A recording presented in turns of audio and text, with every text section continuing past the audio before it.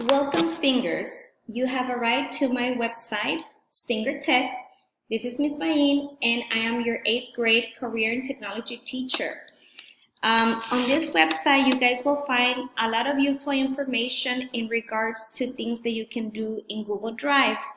In today's training, you guys are going to learn how to create a folder and color code them in Google Drive. So for today, I'm going to show you how to navigate first through the page. This is the home page where you will have very useful information. Before you get started with the actual training, I need for you guys to have your Chromebook ready with good internet connection and also have your school issue Google Drive account. When you're ready to start the training, we have 3 different tabs. Right now you are on the home page. Then we have the actual training tab. And then when you're done with the training, you guys will be able to take the assessment. So Stinger Tech, whenever you're ready, you can start the training on the following tab.